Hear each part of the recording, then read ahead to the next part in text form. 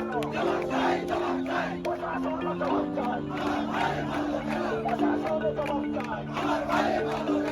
don't care what ideology or what parties come in this country. We just want peace. मुझे लगता है कि हम सालों से एक साथ ही रहे आज़ादी के बाद भी और अब भी रह सकते हैं. Now we have to reform our country. Now we have to rebuild and reform our system. We need to make it as we dreamed about it.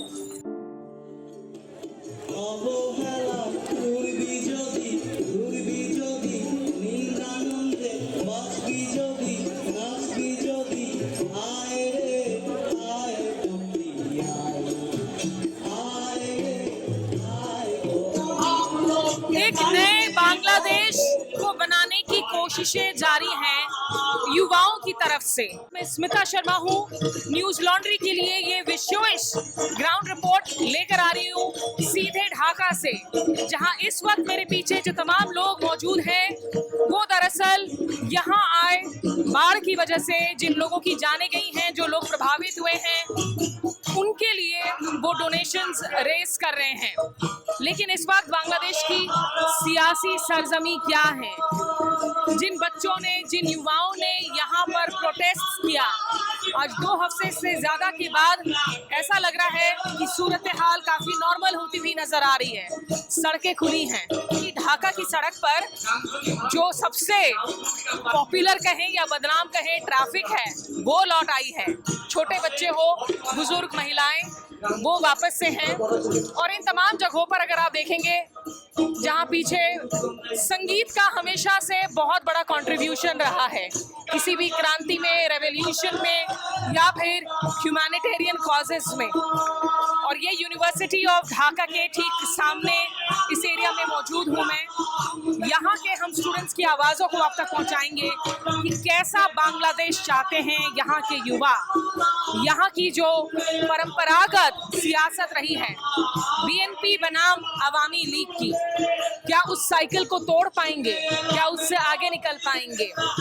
क्या बांग्लादेश में खतरा है अल्पसंख्यकों को? क्या बांग्लादेश सही में धर्मनिरपेक्ष बना हुआ रहेगा? और क्यों शेख हसीना के खिलाफ इतना ज्यादा गुस्से का गुबार आखिर फूटा? We don't care what ideology or what parties come in this country. We just want peace. Peace of the whole people, peace of the whole around our neighbors, with our neighbor India, with our neighbors Pakistan or other countries. We just don't want any trouble. We just want to do good business, and like Japan and other countries which are actually good friends with their surroundings and they're prospering. We just want to prosper like that. আমি আমাদের এই বৈষম্য বিরোধী ছাত্র আন্দোলনের মাধ্যমে আমরা স্বৈরাচার মুক্ত একটি দেশ আমরা এই নতুনভাবে আমরা গঠন করতে চাই, এবং কি আমরা এই দেশটাকে যেটা দুর্নীতিমুক্ত একটা দেশ, যেটা শেখ হাসিনা সরকার আমলে ছিল, সেটা আমরা আমাদের ছাত্রদের মাধ্যমে, আন্দোলনের মাধ্যমে আমরা দুর্নীতিমুক্ত এবং স্বৈরাচার মুক্ত দেশটা আমরা নতুনভাবে গ্রহণ করতে চাই, যেটা ডক্টর ইউনূসের মাধ্যমে আমরা যেটা নতুন অন্তর্বর্তী সরকার গ্রহণ করা হয়েছে. আমরা চাই যে পরবর্তীতে ভালো একটা সুস্থ নির্বাচন দিয়ে আমরা জনগণ তাদের যে পূর্বের যে স্বাধীনতাটা ছিল, ভোটের যে অধিকারটা ছিল, সেটা যেন ফিরে আসে. बांग्लादेश के निर्माण की उम्मीद जता रहे हैं कि डॉक्टर मोहम्मद यूनुस पर इनको भरोसा है कि लोगों को जो अधिकार नहीं मिल रहा था वोटिंग करने का, वो आगे जाकर अच्छे तरीके से, सुरक्षित तरीके से मतदान के अधिकार का इस्तेमाल कर सकें. जैसे आप मंदिर आ रही हैं, यहाँ हम काफ़ी पुलिसकर्मी वगैरह भी देख पा रहे हैं, लेकिन क्या आप लोगों को अभी भी कोई सिक्योरिटी लेकर कोई चिंता है या अभी सिचुएशन बेटर है? अब सिचुएशन बहुत ही बेटर है, बट पुलिस तो এখন नहीं করতেছে, पुलिस ड्यूटी में है. लेकिन आपको क्या लगता है कि यहाँ से आगे, क्योंकि जितने प्रोटेस्ट्स हुए हैं वगैरह, उसमें कुछ खबरें आ रही थी कि शायद टेम्पल्स वगैरह को अटैक किया जा रहा था. फ्यूचर ऑफ बांग्लादेश कैसा होगा? आप कैसा चाहती हैं कि कैसा बांग्लादेश हो? हम सब तो चाहते हैं कि हम सब सेफ रहे, बट अभी जो सिचुएशन अभी का सिचुएशन बहुत बेटर है, क्योंकि अभी टेम्पल में कोई अटैक नहीं हो रहा, बिकॉज टेम्पल अब सेफ है. अभी सेफ है. अभी सेफ है. इस situation. I am 23, so next generation will be our generation, and the most people I know are really secular and really accepting of other people's opinions, are really tolerant of other people's opinions. And I see my circle like that, and maybe my circle is like that, I don't know, but I have seen most people like that. जहाँ पर हिंदू, मुस्लिम, बौद्ध, Christian सब लोग बहुत अच्छे से खुश में रहेंगे, ये चाहते हैं हम। और हम यह का हिंदू जो है हमारा हमारा बहुत बड़ा मित्र है। मेरा बेस्ट फ्रेंड एक हिंदू है, पवीर मित्र। हमारे देश में बहुत से धर्म के लोग रहते हैं। हम हाँ, मुस्लिम ज़्यादा है, लेकिन हमारे देश में हिंदू भी है, क्रिश्चियन भी है, बौद्ध भी है, और हमारे पहाड़ी अंचल में बहुत सारे अदर रिलीजियस लोग भी रहते हैं। तो मुझे लगता है कि हम सालों से एक साथ ही रहे आज़ादी के बाद भी, और अब भी रह सकते हैं। यहाँ पे अब जो सिचुएशन है वो कुछ समय लगेगा लोगों का खौफ शांत होने में। इसके बाद हम एक नई शुरुआत कर सकते हैं, मुझे लगता है।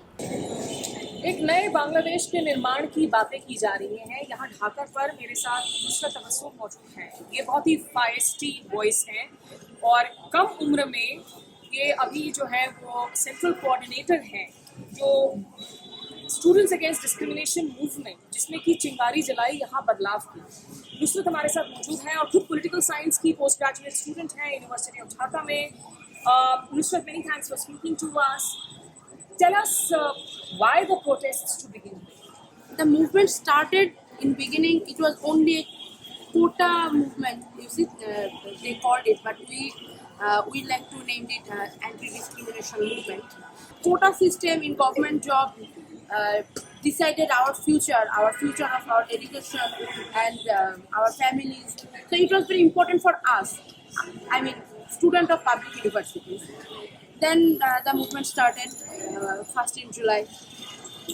But government, last government, Sheikh Hasina's period, she didn't want to give attention to the protester.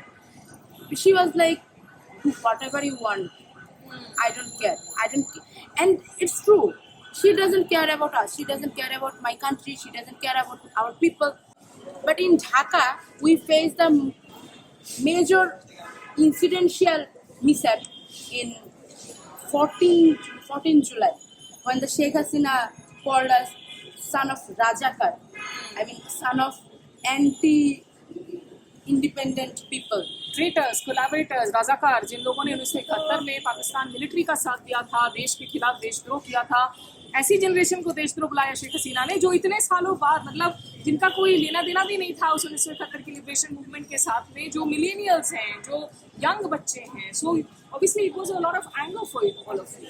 But Rajakar, the word that people we hated most in our country, we hated them most. And I know it was hard to believe for Sheikh Hasina that we love our country, because she doesn't love our country. That is, she doesn't know about the love for country, love for people. She doesn't has that kind of feelings for my country. She said she want to say, but that time student become much angry. Nusrat, ये बता यहाँ से आगे क्या, what next? आपका अपना imagination क्या है? What kind of a Bangladesh do you want? You heard about the quotes Inqilab Zindabad. Inqilab Zindabad, it's mean long live revolution. That is our motto now. Revolution will be immortal. Now we have to reform our country. Now we have to rebuild and reform our system. We need to make it as we dreamed about it. पर क्या ये reform, ये सुधार हो पाएगा अगर वही पुरानी दो पार्टियां बार बार आती रही? अगर अवामी लीग नहीं तो बीएनपी सही? आपको लगता है कि बांग्लादेश में बहुत ज़रूरत है कि आप कोई नई पार्टियां आएँ, युवाओं के जोश वाली पार्टियां आएँ, आप जैसे यूथ वो पार्टी बनाकर इलेक्शंस लड़ें? I like to believe that now people will be more conscious about political parties, political things, political statement. So there could be more parties.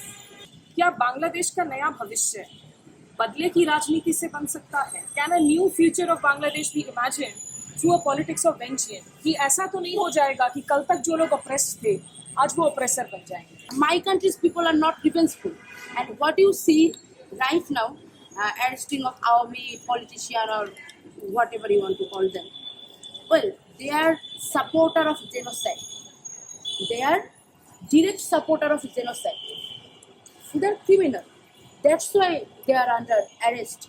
And you say there is no politician killed by mob or killed by Common crossfire. people who are supporters who have been beaten up or their houses have been burned. We have seen those reports. Well, I don't know if you heard about or not. There is a term about post-revolution depression, post-revolution situation, post-revolution disaster. There are terms. You see, in world history, this is happening from the beginning of our world. Post-revolution period is a disastrous period.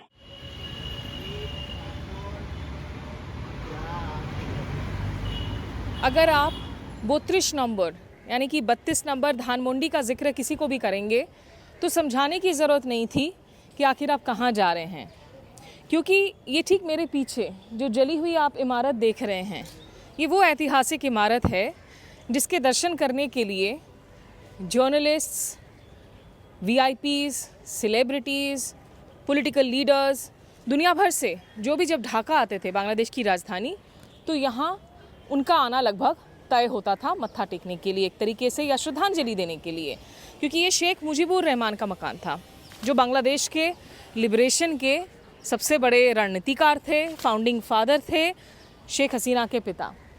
लेकिन इस पूरे student protest के दौरान जो गुस्से का गुबार फूटा, उसमें ना केवल शेख हसीना के खिलाफ गुस्सा नज़र आया, बल्कि जगह जगह हमने देखा कि शेख मुजीबुर रहमान की स्टैचूज़ को तोड़ा गया, उनके चेहरों पर जहाँ पोस्टर्स हैं उन पर इंक लगाया गया। यहाँ देखिए, ये पीछे आपको नज़र आएगा शेख मुजीबुर रहमान की जो तस्वीर बची खुची। सवाल ये होता है कि आप इमारत को जला सकते हैं, मूर्ति को गिरा सकते हैं, विरासत का क्या? क्या बांग्लादेश अपनी इतिहास को बदल रहा है? क्या उसकी विरासत को बदल रहा है? बांग्लादेश आगे चलकर किस तरह के भविष्य का निर्माण करना चाह रहा है? It wasn't against Sheikh Mujibur Rahman or our past. It was definitely for the crimes that were done by Sheikh Hasina in this regime for over 15 years. So I think it's the way that people have presented their aggression, but it's not good. But I think the change will come slowly. इस museum के अंदर मैं गई हूँ काफ़ी दफ़ा और वहाँ पर ना सारी चीज़ें थी अंदर, और तो और वो जहाँ पर गोलियाँ चलाई गई थी, गोलियों के निशान दीवार पर, सब चीज़ों को प्रिजर्व करके रखा गया था। हम जब म्यूज़ियम्स की बात करते हैं, लेगेसी की बात करते हैं, just as an ordinary citizen आपको लगता है कि ये अब कुछ काम तो चल रहा है, लेकिन आप रिक्रिएट तो नहीं कर सकते हैं हिस्ट्री को। जो बर्न डाउन हो गया, बाहर से इमारत को शायद आप बना लें, अंदर की जो यादें जला दी गई हैं उसका क्या होगा? Definitely it's a crime. We are not supporting this type of behavior. For a new era to begin, you have to let go of the past, but not like this. There are some other ways you have to create the new era. Just that this type of aggression is not wanted. कुछ ऐसे छात्र भी हैं जो दरअसल इस monument को बचाने के लिए विजिल रखे हुए हैं, एक तरीके से 6 अगस्त से यहाँ पर खड़े हैं, कैमरे पर नहीं आना चाहते क्योंकि इन्हें लगता है कि अगर कैमरे पर आएंगे तो कोई इन्हें BNP का कहेगा, कोई इन्हें अवामी लीग का कहेगा। लेकिन ये एज स्टूडेंट्स, एज सिटीजन्स ये कहते हैं कि इनका जो गुस्सा है वो शेख हसीना के ख़िलाफ़ है, वो मुजीबुर रहमान के ख़िलाफ़ नहीं है। लेकिन शेख हसीना ने मुजीबुर रहमान को जिस तरीके से सिंबल बनाकर, चेहरा बनाकर सारी चीज़ों में बार बार इस्तेमाल किया, तो उसके खिलाफ वो गुस्सा देखने को मिलता है। और ये जो ग्राफिटी है वी आर जेन जी, ये आपको जगह जगह नज़र आएगी, ढाका की सड़कों पर, यहाँ मेट्रो के पिलर्स पर। तो यहाँ ढाका से युवाओं की आवाज़ को हम आप तक पहुँचा रहे थे, जो कल्पना कर रहे हैं एक नए बांग्लादेश की, जहाँ उनको बोलने की आज़ादी हो, जहाँ शायद लब आज़ाद हो, ख्याल आज़ाद हो। न्यूज़ लॉन्ड्री के लिए ढाका में मैं Smita Sharma. You can fund journalism that solely works for you. That is our motto at News Laundry. You can pay to keep news free so that news becomes accountable to you just like it's supposed to be. Visit newslaundry.com and become a paying subscriber so that you can pay to keep news free and independent.